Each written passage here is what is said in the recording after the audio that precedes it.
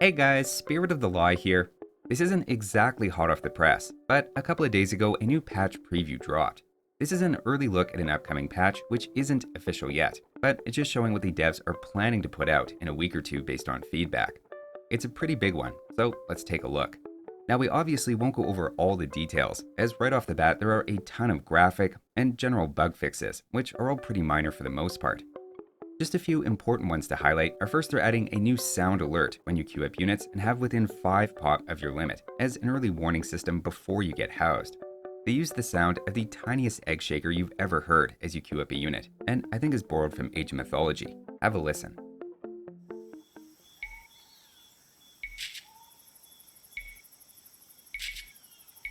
It's just a subtle reminder to make houses soon, and you can also disable it in the game options if you find it annoying. It feels like being pop capped at 15, 25, and then every 20 pop after that as a universal shared experience of all AoE2 players may soon be a thing of the past, though that's maybe optimistic. A few other noteworthy changes are then coming to buildings. First, foundation graphics are now semi-transparent until you start working on them, giving you a better idea of which foundations your opponent can see. Animals like deer will also get out of the way quicker when trespassing on construction sites, and unfinished buildings can also now place gather points before they're built. That's great for town centers to line up where you want the villagers produced to go, great for monasteries to task a future monk to a relic, or where a soon-to-be-built castle should send its trebuchets. Overall, it's just a great change. Next though, let's talk about game balance. First off, town centers are going to try a bit harder to hit passing scouts and militia, with faster moving arrows, now actually faster than archer arrows for instance, as well as the arrows themselves are now a bit bigger behind the scenes. It's not full-on ballistics in Dark Age or AoE4's heat-seeking arrows, but it is a small step up. Siege is then getting a ton of love across the board, and clearly the Siege lobbyists did some heavy work influencing the devs this time. First, the Mangonel line's extra projectiles will start properly doing damage when using attack ground, which previously cost you up to 5 damage every time you used attack ground that just disappeared. The Siege Tower or Shotel and Teutonic Knight Taxi is then going way down in cost to half the wood and 40 less gold than before. Captain Siege Rams are then having their negative melee armor penalty reduced by 1 and 2 respectively, which doesn't sound like a lot and they do still have negative melee armor. But for villagers who have just 3 base attack, that is something notable. The Traction Trebuchet then has some conversion resistance being added, which, in case you don't know, can be converted long distance by monks, whereas regular trebuchets can't. So that was and still is kind of a problem for that unit. The Heavy Rocket Cart then has a 150 gold cost for its upgrade slashed as well. This is over half the siege units in the game getting something positive, and I would say all of them situationally feel pretty meaningful. Another notable change is that Treadmill Crane is losing its food and gaining a 50 stone cost, while also researching faster. I like the new synergy of picking it up as you send villagers out for a castle drop, as that's really when that extra build speed can make or break, and is a point you may have a bit of extra stone left over, making it feel easier to afford than 300 food. Skirmishers are also having their training time increased by 4 seconds each. This is very targeted to feudal age specifically, and even beyond complaints that skirmishers may be too easy to mass in feudal, I just think this change makes sense. The crossbow and heavy cavalry archer upgrades also reduce training time by 8 and 7 seconds respectively, so having elite skirmisher speed up creation time as well just kind of feels right. An even bigger change, and probably the biggest change in the patch, is that animals killed by military units or buildings can now still have their food gathered by villagers. That means you can safely finish off a board with town center arrows without potentially losing all of the food on them. You also have to think about the implications for laming though, with militia laming your chickens being less effective now, and even well-intentioned town center arrows going terribly wrong and taking out your own sheep. In either case, you can still gather from those animals. Likewise, the Goth bonus dealing bonus damage against boar has been completely removed, as another annoyance that more often than not just ended up with players accidentally finishing it off before it reached the town center, as one of the few anti-bonuses in the game. That leads us into the civilization-specific changes though, of which there are many, though not all of which I think need to be covered. First off, Bohemian Hussite Wagon's secondary projectiles are losing 1 attack, going from 4 to 3. Which sounds like some pretty tame damage for bullets, but the main projectile is still doing 10 to 13 pierce attack. In many cases, Pierce Armor brings the secondary projectiles down to just 1 damage per shot anyway. It's only very low Pierce Armor units that are getting a slight reprieve here. Next up, for Burgundians, their Flemish militia is having its gold cost dropped from 30 to 25, and more importantly, their spearman armor class is being removed.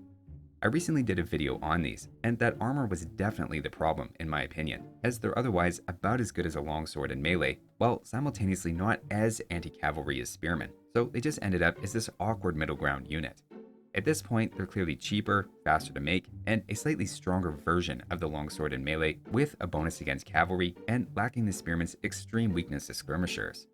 Keep in mind, Burgundians have the second lowest win rate at the moment, so even if the unit sounds a little strong on paper, that might be what Burgundians need. Moving on to the Celts, their unique tech adding 40% more siege HP now applies to their trebuchets, bringing them from 150 up to 210 HP. That's a big deal, as they'll take 5 instead of 3 shots from enemy trebs, and while it's a pretty expensive tech to get just for trebuchets at 750 food and 450 gold, as Celts you'll probably want it for your siege anyway, even if you totally forget it now helps your trebuchets as well. Moving on to another OG civ, this time the Franks are getting an interesting buff. Their bearded axe unique tech is going to give throwing axemen +2 range now instead of +1, as well as the elite upgrade for that unit, letting them train faster, and it's going to be cheaper to get. It feels weird to say, but Franks are actually pretty average overall these days, though I think this change is about seeing more unique units, rather than really trying to buff the Franks. Remember, hand cannons still have 1 more range even after this change, plus very high anti-infantry bonus damage, so it's maybe not quite clear-cut between the two, but against spearmen, you can't really go wrong with either. Next up, for Gurjaras, their starting forage bushes are each gaining 50 food each, but more intriguing is their unique Camel Scout's training time is now less than half in Feudal Age what it was before. Plus, the Camel Scout is going from 4 to 5 attack in Feudal. That might sound small, but remember they have way more HP than a Scout Cavalry, a bonus against cavalry, and now train almost 50% faster than regular Scouts. They still cost 55 food and 60 gold, so maybe this is most helpful simply for massing them on the way to Castle Age, when they automatically become Camel Riders. But either way, Gurjaras had the lowest 1v1 win rate in the game recently, so a completely unique Camel Scout Rush being viable is an interesting direction to spice up a struggling civilization. Moving on to the Hindustanis, their unique tech giving hand cannons +2 range is going up in cost dramatically, from 300 gold to 650. I'm on record as recently as last month saying Hindustanis have the highest ceiling hand cannons in the game, though 350 more gold in 1v1 games is a little rough. Next up for the Huns, this one's about the intangibles, improving the fire visuals on Tarkin torches and enhancing their thump sound when they attack. Have a listen yourself to the new more intimidating thumps.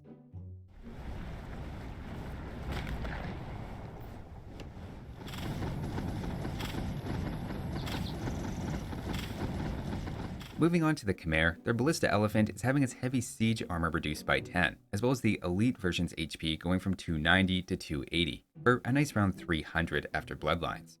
In most cases, this is just a 3.5% HP drop, and hardly worth mentioning, but the armor change means they take 10 more damage from the Mangonel line and Bombard cannons, so those specifically are more dangerous counters. Ballista Elephants still block the Villager and Rocket Cart heavy siege bonuses both before and after the changes, so those are unaffected. As for the Koreans, the turtle ship overhaul a couple of months back is being largely reversed, swapping the rocket's pierce and anti-ship bonus damage back to melee attack, making them much more similar to the original turtle ship, which dealt just melee damage. I assume they realized how much they accidentally neutered turtle ships against fire ships, which hurt particularly for Koreans, as the only civilization lacking demos. Going into this patch, after the 20 damage main shot, each round of arrows dealt 15 damage to war galleys, just a negligible 3 to fire ships, and 12 to demo ships in Castle Age, whereas now it's just a flat 12 damage each round of arrows against all 3, as they all lack melee armor. I still think this makes elite turtle ships better than they were last year, but even just the non-elite are now clearly much better against fire ships than they are in the current patch. Next up for the Magyars, the elite Magyar Hussar is getting a few buffs with +5 HP, +1 attack, and 2 seconds off their training time for non-elite and elite. Again, we see a push for unique units this whole patch, making Magyar Hussar more viable in every situation. Just looking at Castle Age, they're significantly cheaper than Knights, and only slightly weaker now, with anti-siege bonus damage thrown in. Elite Magyar Hussar are also already one of the top 3 trash units in the game, and it just feels like they're buffing unique units to see what breaks. I get the sense they didn't make all those fancy elite unit skins just to watch people not use them. The next few changes are pretty rapid fire, and I would say self-explanatory. The Persian Savar upgrade is getting 200 added to its food cost, which is still cheaper than the Paladin upgrade, for what I think is a better unit. The Pole's Folwark boost is then going up to its original plus 10% food drop-off, reversing a nerf 3 years ago. A 2% increase does sound small, but that's 5 immediate food for every farm with horse collar, and even just plus 2% over the course of an entire game can really add up. Romans are also getting a small tweak, with their Scorpion gold discount nerfed from 60% to 50%. That is, their Scorpions will be 75 wood and 38 gold instead of 30 from now on, which is still a great deal compared to the usual 75 gold. Keep in mind, Romans are number 1 on the ladder overall, and to me this feels like a bit of a half-hearted nerf. A more impactful nerf is coming for the Portuguese, whose organ gun is losing 1 range before the elite upgrade as one of the few hard unique unit nerfs. That means they're now outranged by crossbows, mangonels, and only match town centers, so they'll actually take return fire from those. Going from 7 to 6 range, or the reverse, is a pretty big jump in a lot of Castle Age matchups, and if anything, the elite upgrade is now even more important, as it now has +1 range baked into it. Next up, the Saracens have an interesting mix of a buff and nerf. First, their elite Mangadi's base HP is dropping to 80, though in practice with their bonus means their HP is actually dropping from 133 to 120 after a Civ bonus and Bloodlines.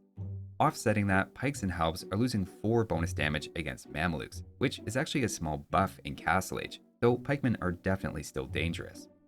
In Imperial Age, interestingly, this means the elite Mameluke upgrade now adds no additional HP, and just improves their attack and melee armor. In fairness, the elite upgrade is pretty cheap, at just 600 food and 500 gold, but either way, elite Mamelukes are just a bit weaker now, and that upgrade isn't as good. Moving on to the shoe, how's this for a tweak? Their wood collection bonus is dropping from 10% food generated down to 9%, though I guess every percent matters.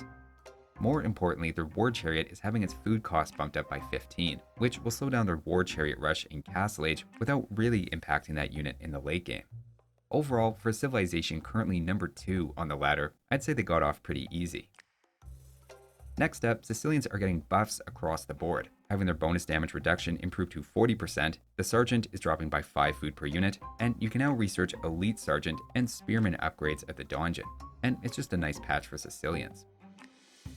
As for the Spanish, their Conquistador is having its food and gold cost swapped to be a little more food intensive and therefore a bit harder to make in Castle Age, but ultimately easier to make long term at 10 less gold each. Moving on to the Way, their free villager bonus for ecotechs now includes wheelbarrow and handcart, as it probably always should have, as well as caravan and gill nets, as it now includes all ecotechs, not just mills and camps. That means your total free villager potential is going from 9 to 12, or 13 free villagers on water maps. I'm not sure if these techs come in early enough to stop Way from still being bottom tier, as it's really their early game that they're floundering, but this is definitely a buff, and they're a civ that needed something. Next up for the Wu, they're the number 3 best performing civ at the moment and are getting a nerf, both to their production buildings and docks now giving 10 less food when built, as well as the GN swordsman's melee and shock infantry armor dropping by 1. Notably, they're still just as good against archers, but depending on the melee unit, they'll take 1 or even 2 more damage from most infantry, a lot of which have some anti-shock infantry bonus damage. Also, outside of civilization balance, we're getting a lot of new flavor added to animals. Crocodiles are going to be slower and have a charge attack, for example. The big cats are going to run a bit faster, bears have more HP, and Komodo dragons poison units they attack, and predator animals just seem like they're getting a little tougher. We're also getting hares as an extra alternative to chickens, plus 2 new fox variations added. So unlike reality, it seems like wildlife diversity in AoE2 is actually increasing every year. It's not clear which maps and biomes have the different animals spawn in them, but you can probably make some educated guesses. The 2 new foxes are particularly unusual in that you gather a little over 30 gold from them at a very fast rate without needing a drop-off point, just like a Khmer farmer. This feels a bit AoE3 to me, both with the lack of drop-off and the fur trade implication, but I suppose it adds some extra flavor on some maps. Speaking of maps though, there are also several new ones, with my favorite of the set being Aquarena, as a hybrid of arena and a water map, giving you some seawalls for safe fishing and some neutral islands and neutral trading docks to fight over. Also, I will acknowledge there are a ton of balance changes for the Chronicles DLC civilizations, which I'm leaving out, mostly because I assume people interested in Battle for Greece have already played it and got their fill. but it's a very long list of changes. I assume this is just tinkering by the Capture Age team, maybe in anticipation of the next Chronicles DLC, which seems likely to be Alexander the Great. Either way, that's the July patch preview, which I expect will be live in a couple of weeks with maybe some minor changes, and overall it's pretty good. There's some nice buffs for unique units in the late game, some nerfs for a few cheese strats, quality of life features, and overall just a lot of new stuff to play with. Thanks for watching guys, and I'll see you next time.